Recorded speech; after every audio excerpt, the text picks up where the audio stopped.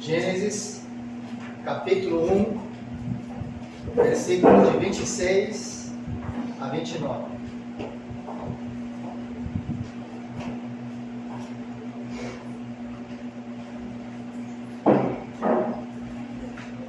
Todos acharam, né?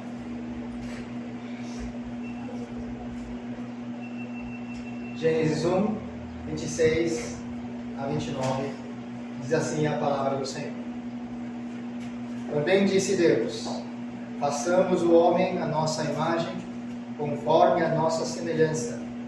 Tenha ele domínio sobre os peixes do mar, sobre as aves dos céus, sobre os animais domésticos, sobre toda a terra e sobre todos os répteis que rastejam pela terra.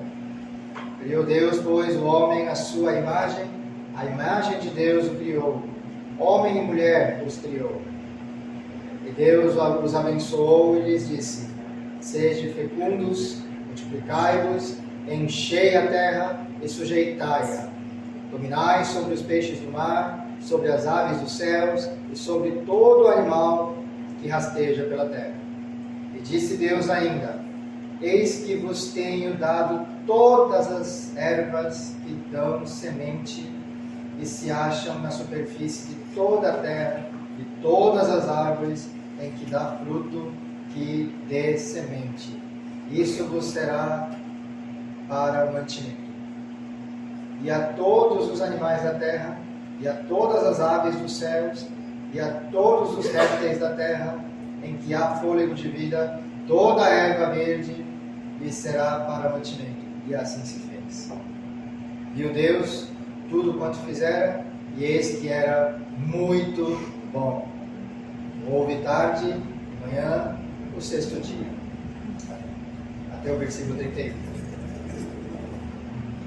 Nós vamos cantar o hino de ofertório. Tudo entregarei, entregando a parte aproveitante e preparamos ao Senhor.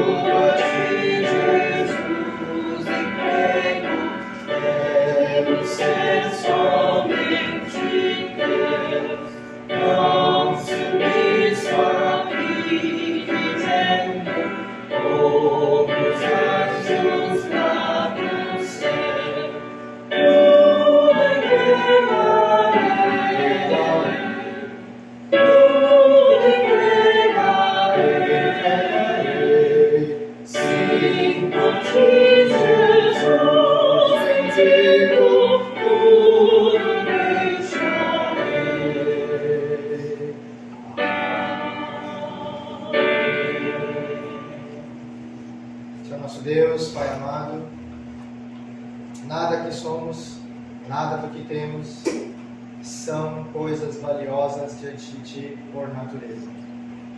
Por natureza, nós somos nascidos no pecado desde a concepção.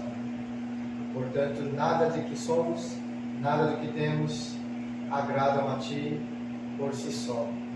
Somos filhos da ira, estamos debaixo da ira, e todas as coisas, por melhores que sejam, que nós temos, não significam como valiosos aos Teus olhos. No entanto, Senhor, Tu nos lavaste com o sangue precioso de Jesus Cristo derramado na cruz, aplicaste todo o mérito, toda a justiça dele no nosso coração, fazendo com que nós voltemos ao Senhor, cheio do poder do Espírito Santo que ressuscitou o Senhor Jesus Cristo da morte. Por isso, Senhor, neste momento, lavados pelo sangue de Jesus Cristo e fiados na justiça e o poder do Espírito Santo, dependentes de tudo isso, nós viemos diante de Ti a nos entregar inteiramente. Senhor, Tu nos ensinas que Tu nos aceitas primeiro e depois aceitas as nossas ofertas. Toma-nos, Senhor, nas Tuas mãos e usa-nos para a edificação desta igreja e também para toda a boa obra do reino. Assim como, Senhor, toma de nós as ofertas que Te entregamos como parte representante e supra, Senhor, todas as necessidades da Tua igreja e da obra do Teu reino. Que assim, Senhor, se manifeste a Tua majestade, a Tua santidade e a Tua glória a partir desta igreja, a partir da vida de cada um de nós que fazemos parte dessa igreja. Oramos em nome de Jesus. Amém.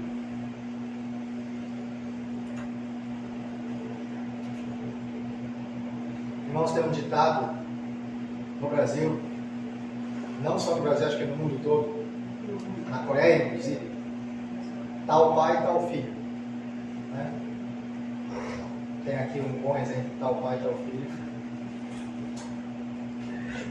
Tem também o mais jocoso, né? Filho do peixe, peixinho é. Porque os filhos os filhos parecem com os pais. Não só na feição, mas muitas vezes também na personalidade e no seu jeito de falar, jeito de agir, postura de andar. A Bíblia nos diz que nós, que somos salvos pelo arrependimento, por ouvir o Evangelho do Reino dos Céus, dos filhos de Deus. E bem no início de toda a Bíblia, isto é, desde Gênesis, Deus nos conta, Deus nos revela que Ele nos criou como seus filhos, como sua imagem, como sua semelhança. Em termos mais simples, um cara parecido. Mas a Bíblia também nos conta que Deus não tem imagem, porque Ele é Espírito, Ele é invisível. Então, o que quer dizer? Que o homem, o ser humano, é parecido em sua imagem e semelhança de Deus.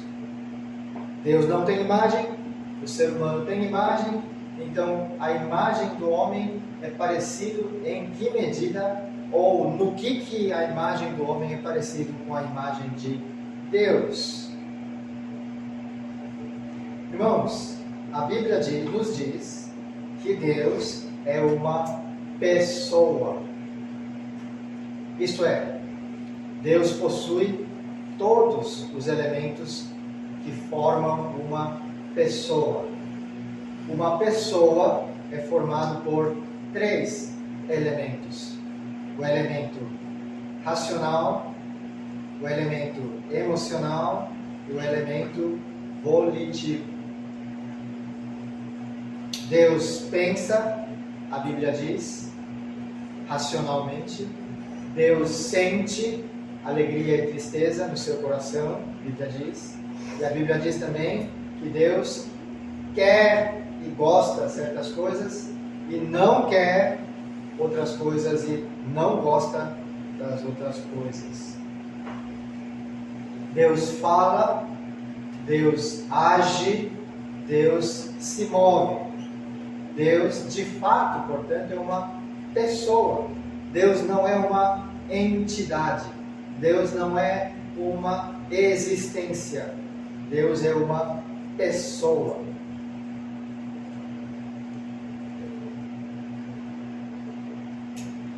Então, quando diz que o homem é a imagem de Deus, é nesse sentido.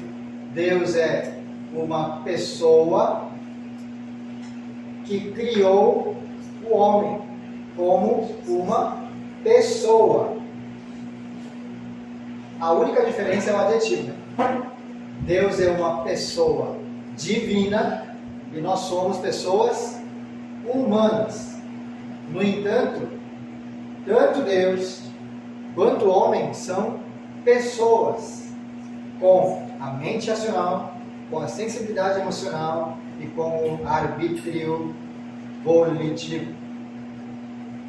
E ainda, em Gênesis 2, versículo 7, diz assim: Então formou o Senhor Deus ao homem do pó da terra, e lhe soprou nas narinas o fôlego de vida.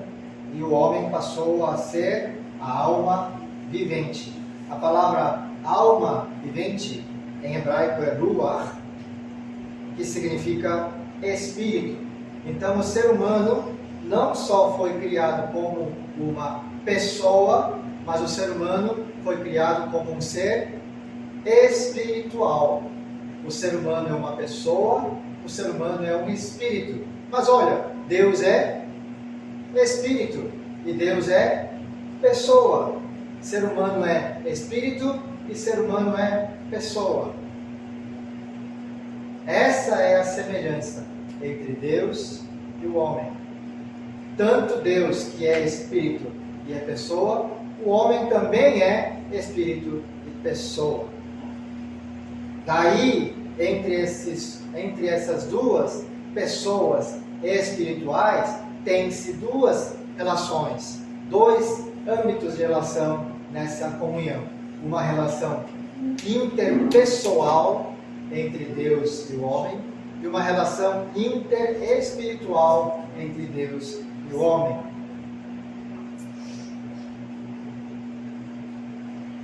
E Deus convida para esse ser muito, muito parecido com Ele, espírito e pessoa, espiritual e pessoal, para a obra criacional. Deus diz no versículo 28 do texto de hoje: E Deus os abençoou e lhes disse: Sede fecundos, multiplicai-vos, enchei a terra e sujeitai-a. Até aqui é homem, convite de Deus para o homem também criar secundariamente dentro dos princípios criacionais de Deus.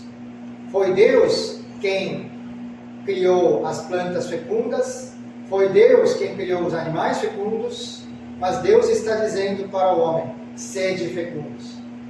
Foi Deus que colocou como princípio biológico das plantas e dos animais a multiplicação, mas Deus está dizendo para o homem: multiplicai-vos. É Deus quem colocou os princípios biológicos e ecológicos de os seres viventes encherem a terra e sujeitar a terra. Deus está dizendo para o homem fazer isso com as criaturas dele. E Deus convida ainda mais o ser humano, não só para a criação, mas para a obra de providência. No mesmo versículo 28, segunda parte, diz: Dominai sobre os peixes do mar, sobre as aves dos céus, sobre todo animal que rasteja pela terra. Dominai significa cuidar, providenciar. Então, Deus é o Criador, Deus é o providenciador, e depois que Deus criou o homem, quer que o homem também seja criador e seja providenciador, tal como é Ele. Então vejam, Deus não só criou o homem na sua semelhança, mas Deus quer que o homem seja e faça coisas parecidas com Ele e nele, junto com Ele. E aí Deus promete nisso, bem no comecinho do versículo 28, e Deus os abençoou e lhes disse. Toda vez que a palavra bênção aparece na Bíblia, isso vem da radical da palavra hebraica de felicidade. Felicidade. Enquanto o homem é imagem de Deus, enquanto o homem junto com Ele fazer coisas dele, com Ele e como as obras dele, ele é feliz. Ele é feliz. O homem é feliz. Enquanto imagem de Deus, enquanto obreiro de Deus. O homem é feliz. Não obstante, o Salmo 1, que meditamos no domingo passado, diz o quê? Bem-aventurado o homem. Ou seja, quão feliz o homem que noite e dia medita a lei do Senhor. Ele é como a árvore que frutifica nos tempos devidos. Feliz, muito feliz. Só Deus pode criar, só Deus pode planejar todas as coisas. Só Deus pode criar todas as coisas de acordo com o seu plano. Só Deus pode cuidar da forma perfeita todas as coisas que Ele planejou e criou. E Deus quer que o homem participe nessas obras da criação e redenção, criação e providência. Não só. Deus quer que o homem também participe no seu descanso. No seu descanso. Vejam, os irmãos, em Gênesis 2, versículo de 2 a 3. E havendo Deus terminado no dia 7º a sua obra que fizera, descansou nesse dia de toda a sua obra que tinha feito. E abençoou de novo Deus o dia 7º e o santificou, porque nele descansou de toda a obra que como o Criador fizera. Deus abençoou o dia, ou seja, Deus destacou o dia de descanso, não porque ele ficou fraco ou cansado ou exausto, mas porque ele criou o dia, destacou um dia dos outros dias da semana, para nele, dia, exclusivamente ser feliz. Então todo homem que é imagem de Deus, que faz as obras de Deus, participa nas obras de Deus, e que descansa com Deus, é o homem feliz, abençoado, bem-aventurado. Não há outro segredo de felicidade. Esse é o segredo da felicidade. Esse é o mistério da felicidade humana. E reparem que esse dia, o dia que Deus abençoou como dia de descanso, é o único dia que não tem a estampa dos outros dias. Querem ver as estampas de outros dias? Gênesis 1, versículo 4. Versículo 5, perdão. Houve tarde, houve manhã, o primeiro dia. Versículo 8. Houve tarde, houve manhã, o segundo dia. Versículo 12. Versículo 13. Houve tarde, houve manhã, o terceiro dia. Até o sexto dia que Deus criou o homem, diz: houve tarde, houve manhã, o sexto dia. Versículo 31 do capítulo 1. O sétimo dia é o único que não tem houve tarde, houve manhã, o sétimo dia. Nenhum lugar da Bíblia refere o sétimo dia com ouve tarde ou ouve manhã, o sétimo dia. O que isso significa? Que o sétimo dia, o dia de descanso, o descanso, a bênção do descanso, a felicidade do descanso do Senhor, a paz com Deus, não tem fim, não termina. A paz com Deus não tem fim.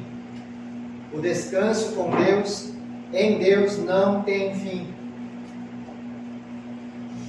Por isso, nós temos 52 domingos por ano, para lembrar toda semana da felicidade do dia. Ou seja, naquele dia eu sou muito feliz. Durante a semana eu sou feliz com meu chefe, é mais difícil disso, mas durante a semana eu sou feliz com meu chefe, com meus colegas de trabalho, com meus filhos, com minha esposa, com meu marido, com meus amigos.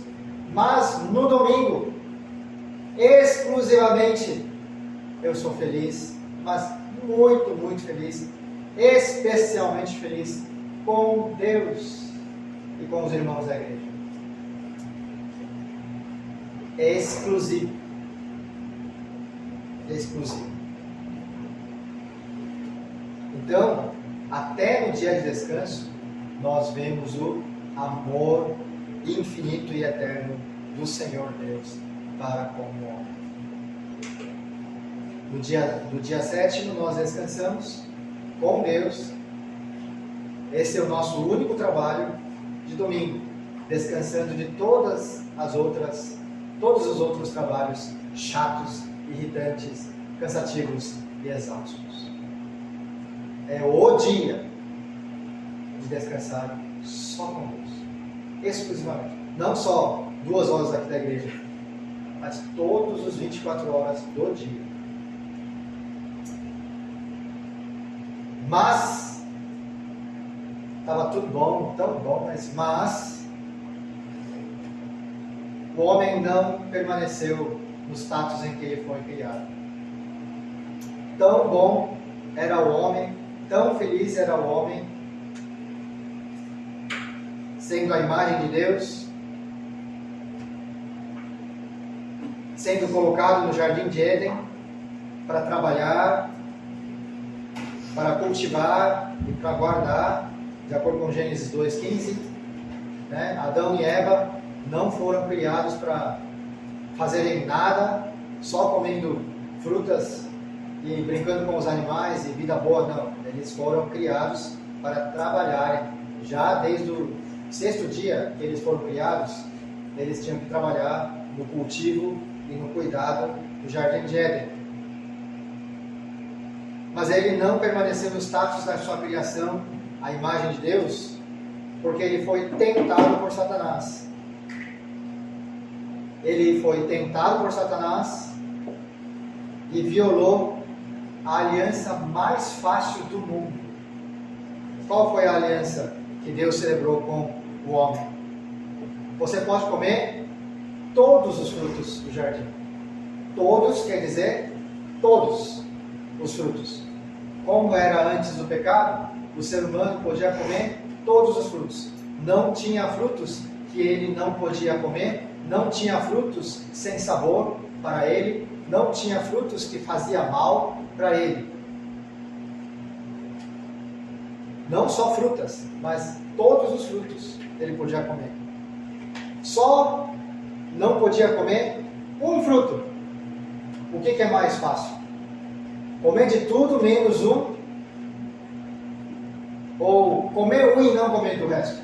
O que é mais fácil? Comer de tudo e não comer esse. Certo? Mas o homem fez isso.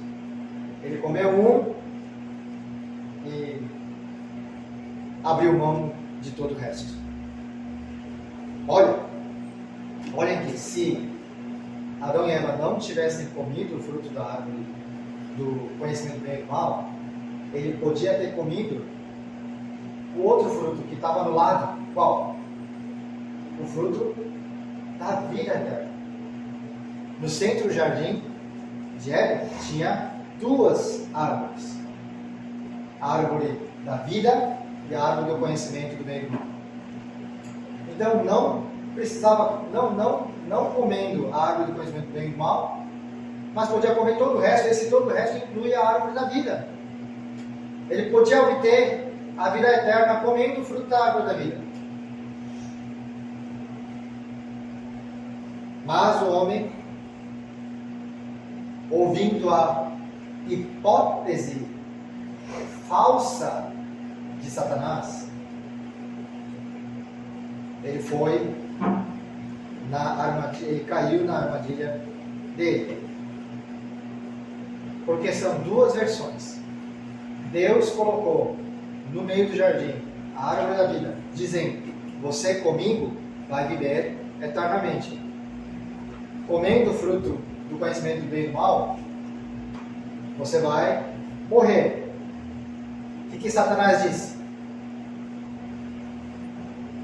Você vai viver eternamente comendo a árvore da vida, mas você também não vai morrer comendo o fruto do conhecimento do bem e do mal.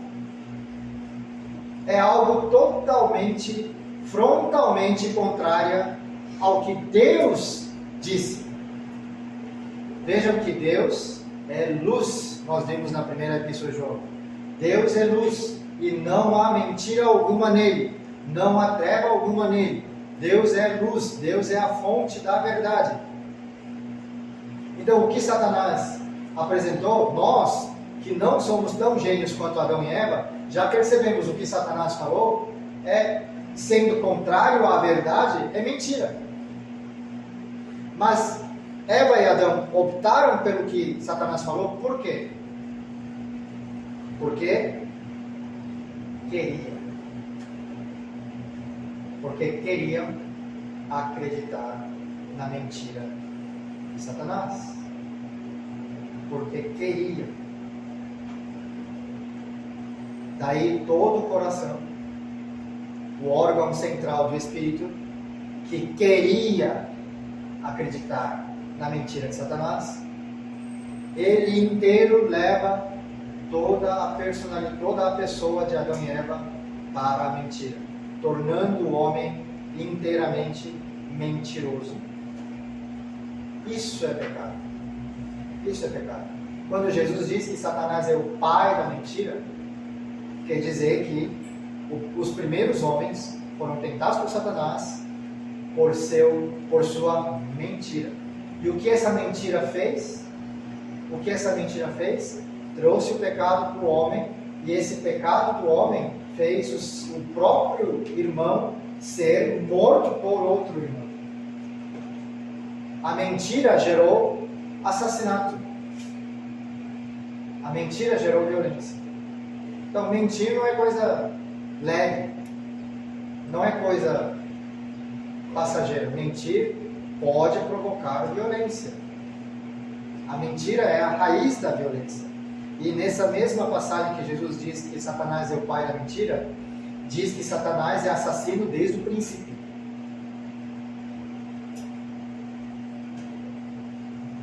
Comprando a mentira de Satanás, como bem diz o profeta Jeremias, capítulo 17, versículo 9, mais corrupto do que todas as coisas é o coração humano. Agora, Adão e Eva viraram deuses. Em que sentido? Eles tinham que agora sustentar com as próprias mãos a si mesmo. Vejam que todas as criaturas dependem do Criador. Adão e Eva, de tão plena liberdade que eles receberam de Deus pela graça, ainda dependiam de Deus, dependem da aliança de Deus, dependem da providência de Deus, dependem da graça de Deus. Mas agora precisava levar a vida fora do jardim de Éden. Tinha que viver por conta própria. E quem é centro da vida agora, depois do pecado? A si mesmo. Antes, o centro da vida era Deus, amor a Deus, a verdade de Deus, a aliança de Deus para com ele. Agora é ele para ele. O amor a ele, as regras dele, as ambições e os sonhos dele. Eu sou mais importante, eu posso, confio em mim. Esses papos, inclusive, é papo do cursinho. Quando vai chegando no vestibular, não se preocupe, não fique desesperado, confie em você. Confie em você. Mas isso é, de acordo com a Bíblia, soberba. Soberba. Por quê? Porque é a criatura tentando levar a vida como Criador. Irmãos, nós, no entanto, realmente conseguimos levar a vida como Criador? Vida independente? Nós conseguimos levar? De fato? Nós não precisamos de ar, nós não precisamos de água, não precisamos de sol, que vem pela providência de Deus? Não conseguimos. Por quê? Porque somos criatura. Do que somos feitos? Pó da terra. Deus soprou o Espírito nele. Então, enquanto o homem com o Espírito de Deus é homem, mas sem o Espírito de Deus é o quê? Pó da terra. O ser humano não é mais que pó da terra. Ele foi feito por pó da terra.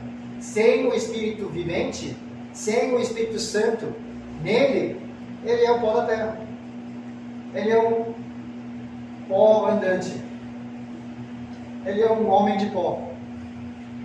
Tem expressão, inclusive, no Brasil, né? Depois de tanto trabalhar e estar sem alma, sem pensamento nenhum, falar que soltou o pó. Como você está? Está muito cansado? Só o pó. Soltou o pó. É isso mesmo. É isso mesmo. Essa é a raiz de toda a infelicidade do homem. Com Deus, feliz. Sem Deus, infeliz. O inferno é na terra? Sim, porque você faz parte do inferno. Porque você está fora de Deus. Então Deus podia, tá bom, você se corrompeu, então vou criar outro ser humano, outro homem ali na Alfa Centauri, e vou abrir o portal de tempo e espaço, vou trazer eles de novo para habitar a terra. Deus fez isso? Deus não fez isso. Podia, Deus não fez isso. O que Deus fez? Ele não desiste do homem, ele não larga o homem, ele insiste em amar o homem ainda assim. Ele acredita que o homem ainda pode voltar para ele. Mas o ser humano, de coração inteiramente corrompido, com o espírito totalmente depravado, consegue por conta própria voltar a Deus? Não consegue. Não consegue. Ele está atolado na lama. Então, o que ele precisa? O que o homem precisa? De Deus. E Deus age primeiro, botando a mão na lama e arrancar o homem da atolação da lama e limpar ele. Deus age primeiro. Bem no primeiro momento que o homem caiu, imediatamente ali Deus revela a salvação. Deus apregou o evangelho da redenção. Vamos ver, irmãos, versículo capítulo 3, Gênesis capítulo 3, versículo 15.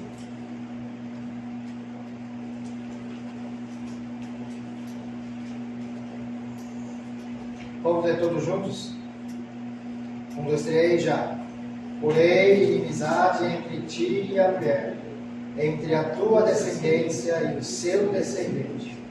Este lhe ferirá a cabeça e tu lhe ferirás o calcanhar. Quem é o descendente? Veja que a descendência está num substantivo coletivo de Satanás, mas o descendente da mulher. Quem é o descendente da mulher? O filho da mulher. Em hebraico está assim, né? O filho da mulher, a semente da mulher. O filho da mulher é o filho do homem também.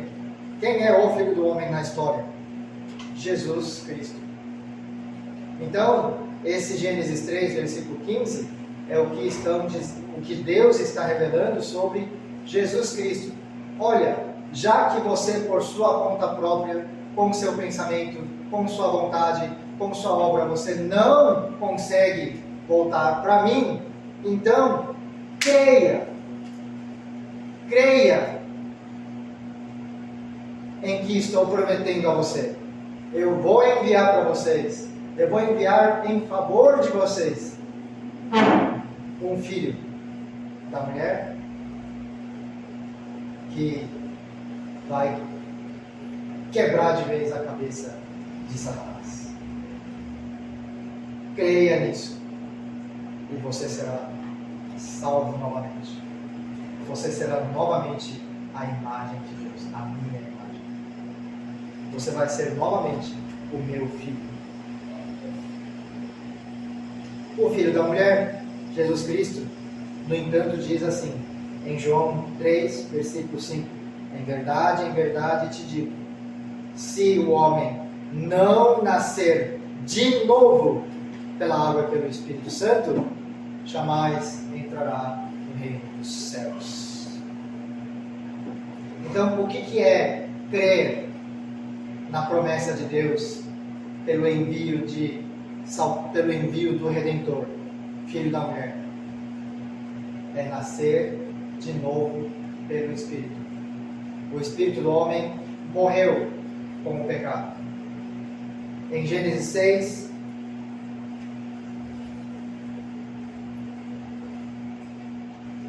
Deus diz que o homem virou carne. O homem não era mais homem. O homem não era mais humano.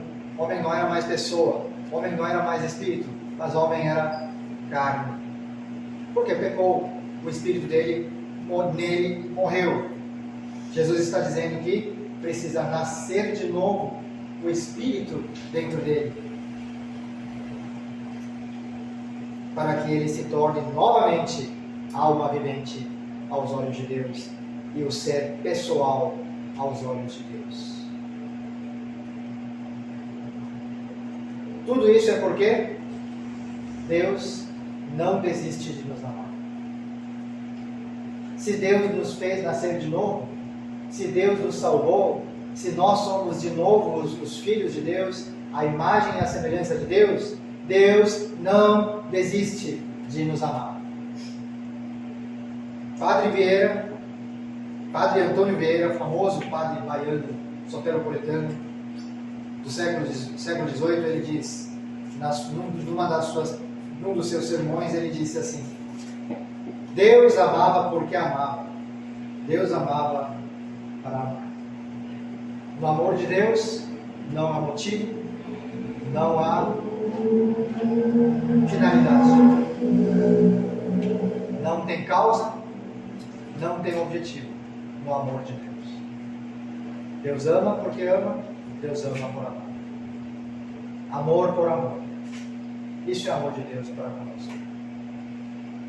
Com efeito, Jesus diz em João 3,16: Deus amou os homens de tal maneira que enviou o seu Filho unigênito, para que todo aquele que nele crê não vá para o inferno, mas tenha a vida eterna.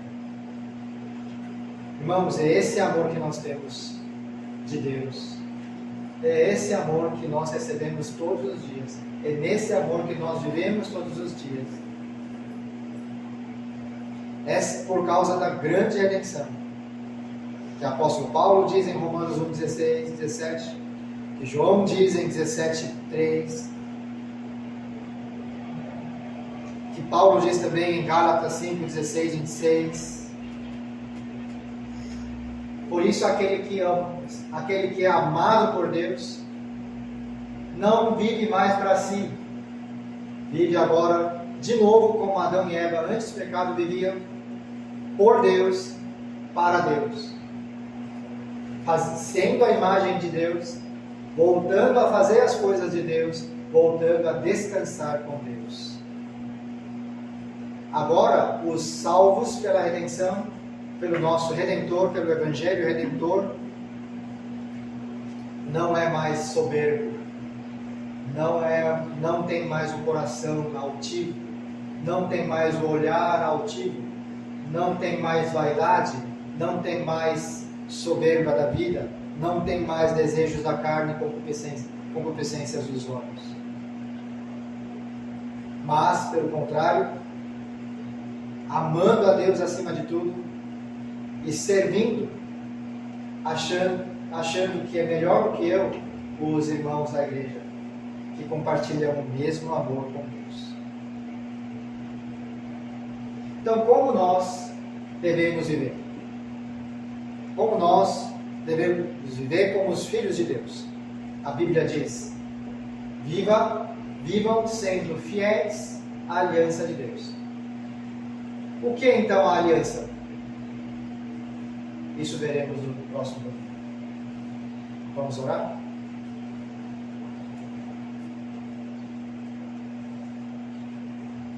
Senhor nosso Deus, Pai amado, por através do Evangelho do Reino de Deus, que apregoou para nós fomos redimidos dos nossos pecados, fomos salvos e libertos,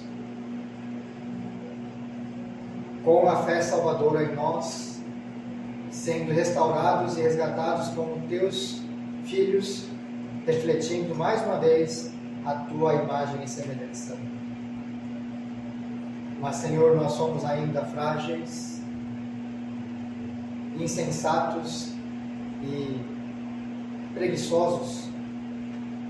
Não levamos ainda a vida plenamente como as almas viventes, como os que são a habitação do Espírito Santo. Portanto, Senhor, nós te pedimos para que nós possamos amá-lo com toda a nossa alma, com todo o nosso coração e a força e entendimento em Cristo, a Ti e aos nossos irmãos da igreja. Faz, Senhor, que nós conheçamos qual a grandeza e total é essa salvação que Tu nos traz através do Senhor Jesus Cristo. Para que assim, Senhor, sejamos a igreja santa, livre, natural, espiritual, e assim nós, individualmente, como partes, membros desta igreja. Em nome de Jesus. Amém.